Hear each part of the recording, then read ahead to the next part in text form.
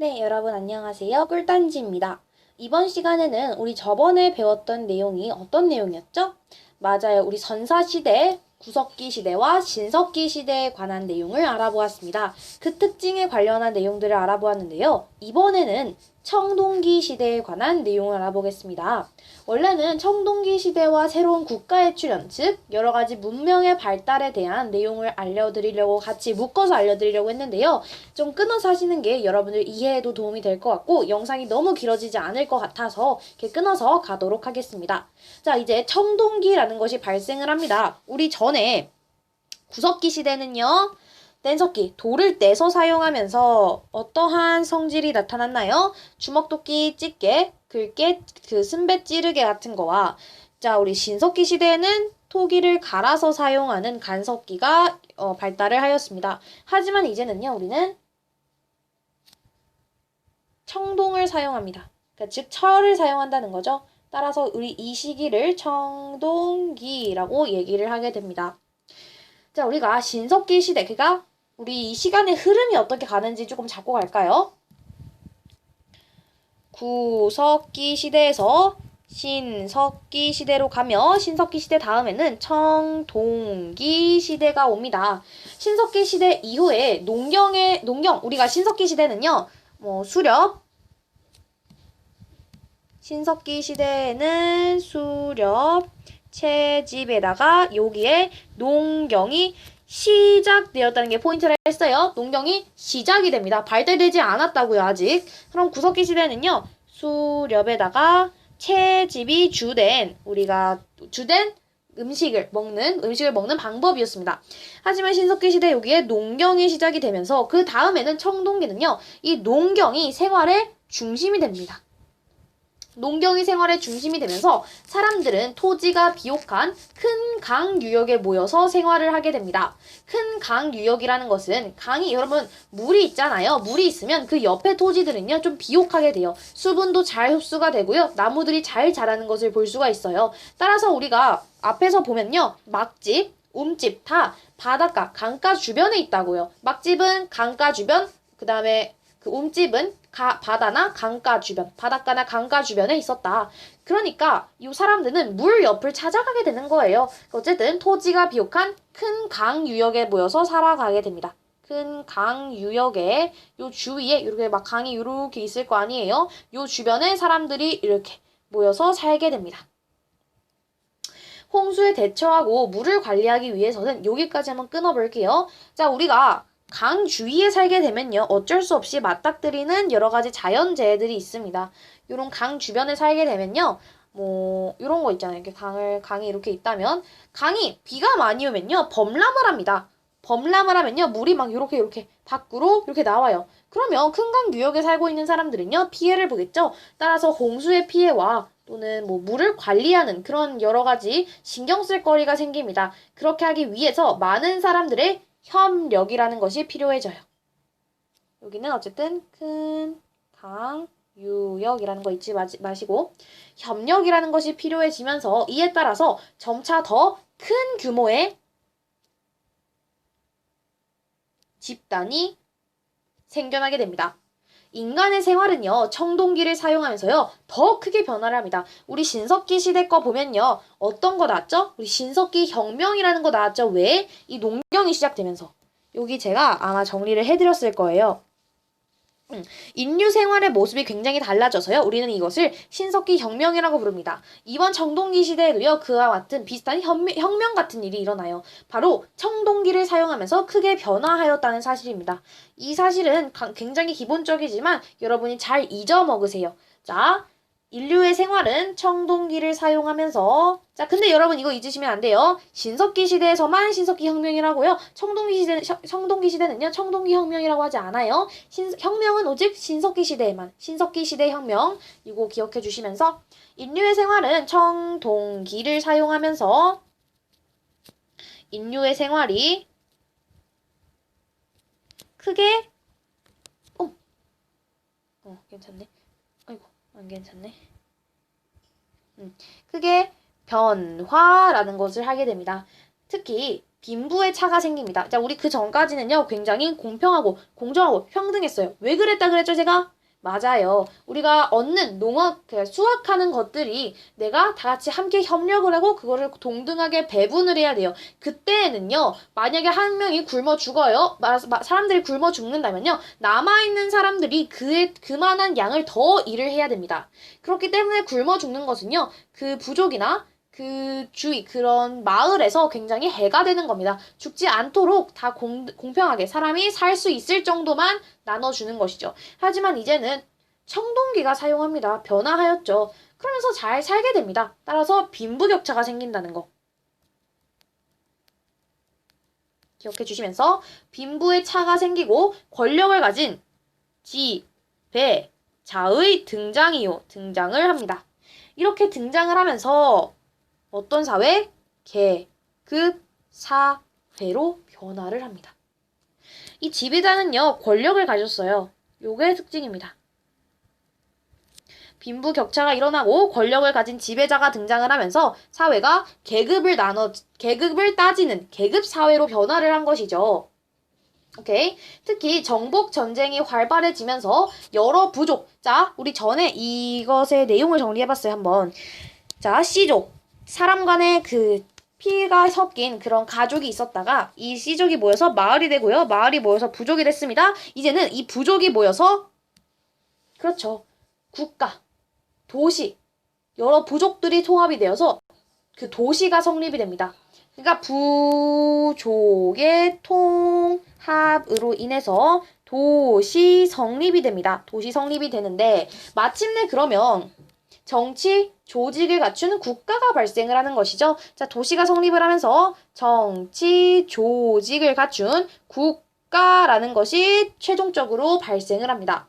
또 통치와 교역의 편리. 우리가 이 통치하고 서로 왔다 갔다 교류를 하기 위해서는요. 언어가 필요합니다. 문자를 만들어 사용을 하게 됩니다. 오케이? 이런 문자를 만들어서 사용을 하게 된다는 사실 잊지 말아주세요.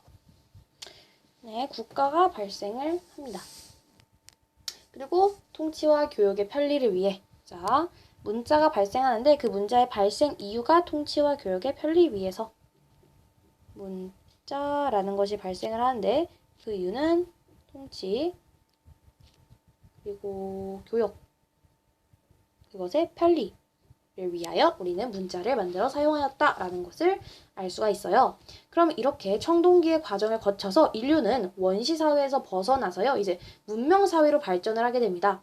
티그리스강, 유프라테스강 유역의 메소포타미아 지방을 비롯해서 이집트의 나일강 유역, 그리고 중국의 황허강 유역, 인도의 인더스강 유역에서 가장 먼저 문명이 발생을 하는데요. 우리는 이것을 세계 4대 문명이라고 얘기를 합니다. 세계 4대 문명이라고 얘기를 하는데 메소포타미아 문명, 중국 문명, 이집트 문명, 인더스 문명 이런 식으로 배우게 됩니다.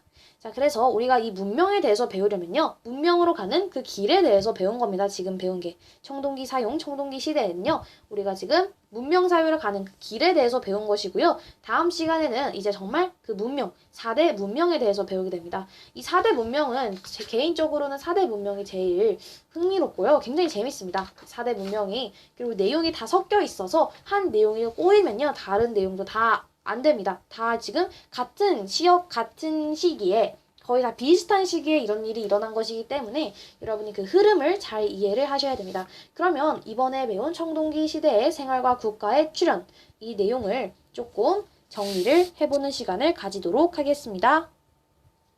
자, 이번 청동기 시대의 생활과 국가의 출현 마지막 내용을 정리해보는 시간을 가지도록 할게요. 이 시기는요, 만주와 한반도 일대, 그러니까 기원전 2000년부터 1500년 무렵에 시작이 됩니다. 이 청동기 시대가.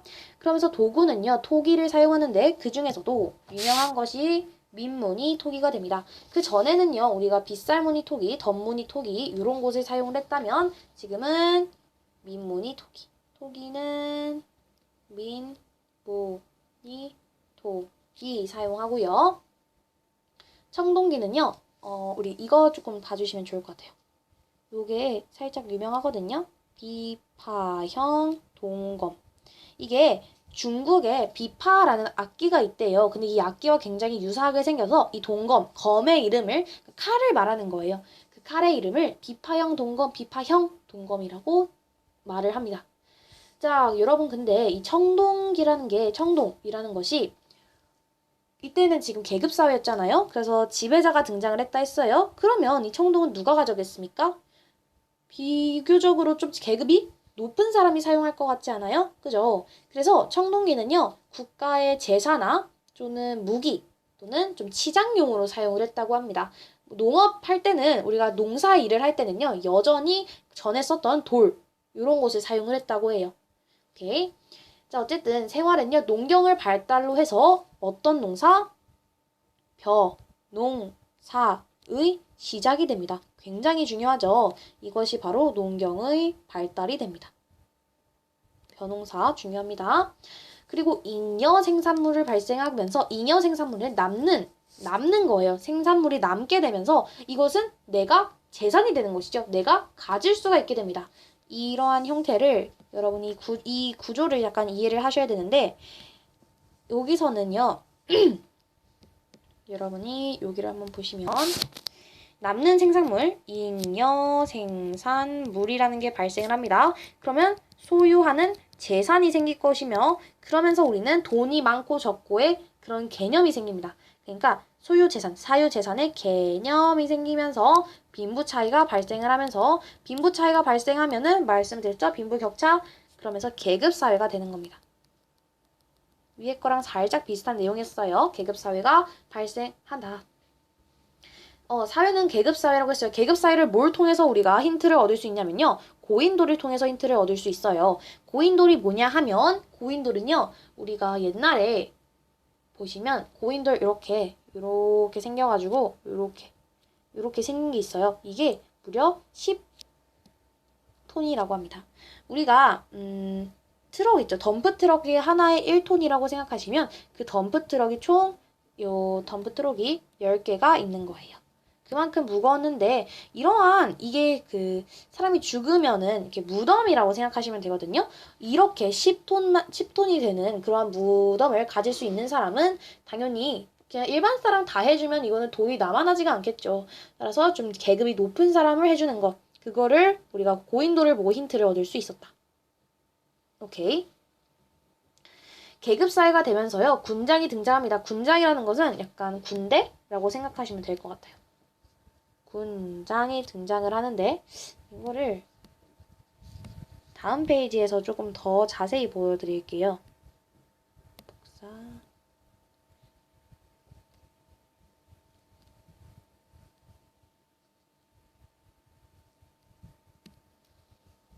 계급사회가 되면서 군장이 등장을 합니다. 군장이 등장하면요. 정복정쟁이 활발해져요. 그러면서 국가가 출현하는 것이죠. 이것이 바로 우리 역사 최초의 국가 고조선이라고 하는 것입니다. 자, 여기서 군장이라는 것은요. 권력과 경제력을 지닌 지배자입니다. 또한 하늘의 제사를 주관하며 요것을 지배자를 군장이라고 생각을 하시면 돼요. 지배자를 군장이다. 그러니까 권력과 경제력을 지닌 지배자로서 제가 방금 군대라고 생각하면 편하다고 했잖아요. 그 이유가 정복 전쟁이 활발하게 합니다. 전쟁에 나서서 전쟁을 주체적으로 하는 사람이 군장이 되는 것이죠. 따라서 군장은 권력과 경제력을 지닌 지배자.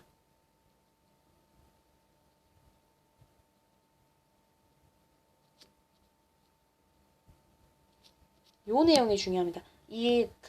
군장을 지배자라고 얘기를 하는 것이 굉장히 중요하다는 거 잊지 말아주시면서 고인돌은 지배층의 권력과 부의 크기를 알 수 있다라고 말씀을 드렸어요. 이렇게 살짝 헷갈렸던 내용이 있겠지만요. 마지막으로 이렇게 한 번씩 보면서 내용을 알아보도록 할게요. 이런 거.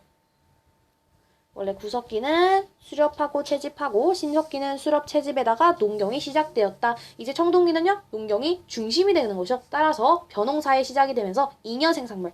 자, 농사가 잘 되잖아요. 그럼 남는 게 있을 거 아니에요. 이 여기까지 이렇게 딱 나눴을 때 여기까지는 요 정도 되는 내용에서는요. 이 농산물이 이 신석기 시대를 좀 보자면요. 농산물이요. 내가 딱 먹을 만큼만 있는 것도 아니었어. 굉장히 적었어요. 적기 때문에 수렵과 채집을 함께 한 것입니다. 하지만 청동기는요, 이제 수렵과 채집 없어도 농사만으로도 먹고 살 수 있는 정도의 양이 돼요. 또 너무 많아서 남기도 합니다. 남으면 그걸 내가 저장을 하면서 팔게 돼요. 그러면서 이 소유의 재산이라는 게 내 재산이 만들어지게 됩니다. 그런 개념이 생기면서 빈부의 차이가 생기죠. 내가 재산이 많은 사람은 더 높은 위치에, 적은 사람은 더 낮은 위치에 위치를 하게 되면서 계급 사회가 되는데 이것을 볼 수 있는 것이 고인돌이었다. 고인돌은 우리가 권력과 그런 지배층 권력과 부의 크기를 보여주는 것이며 군장, 지배자가 등장을 하게 되면서 정복전쟁이 활발하게 이루어졌다. 그에 따라 우리 최초의 국가인 고조선이라는 것이 만들어졌다라는 것을 알 수가 있어요. 여기서 중요한 토기는요. 민무늬 토기라고 말씀드렸었죠. 민무늬 토기와 그리고 비파형 동검을 기억해 주셨으면 좋겠다라고 말씀드렸습니다. 벼농사는 농경이 발달했기 때문에 나타났다. 이렇게 굉장히 많은 내용을 보았습니다. 그리고 청동기 시대에 여기 어디지? 네, 농경 발달 부분에서요. 농경 발달이 없나? 농경 발달 부분에서 우리가 또 볼 수 있는 게 돌로 만든 반달 돌칼입니다. 이 반달 돌칼은요, 우리가 뭘 알 수 있었냐면은, 그렇죠. 청동기가 제사 등에 사용되었다. 무기로 사용되었다. 치장에 사용되었다. 중요한 것이기 때문에 지배층만 사용할 수 있었다. 권력이 있는 사람을 사용할 수 있었다. 따라서 이 중요한, 우리가 소중한 청동기는요, 막 농사일 하는데 사용하지 않잖아요. 이해를 하시면 이해가 갈 거예요. 그래서 반달 돌칼을 돌이라고 했어요. 반달 돌칼을 농사일에 사용하였다라는 것까지 알아주시면 됩니다. 이렇게 해서 벌써 5페이지를 우리가 이렇게 내용을 정리해 나가고 있습니다. 다음 시간에는요. 세계 4대 문명인 메소포타미아 문명부터 중국 문명, 이집트 문명, 인더스 문명까지 세계 문명이 발생하는 것 굉장히 놀라실 거예요. 갑자기 수준이 혹 올라가게 됩니다. 이 어려운 정도의 수준이 올라가는 것이 아니라 사람들의 생각 그리고 조금 외워야 될 부분도 약간씩 있기는 해요. 하지만 정말 어렵지 않기 때문에 여러분이 살면서 한 번쯤은 들어본 내용이 나올 거예요. 여기서. 그래서 어렵지 않고 요 내용만 제대로 여러분이 정리를 해주시면 될 것 같습니다. 네, 오늘은 여기까지 하도록 하겠고요. 다음 시간에 우리 세계 4대 문명에 대한 내용 알아보도록 하겠습니다. 지금까지 봐주셔서 감사합니다.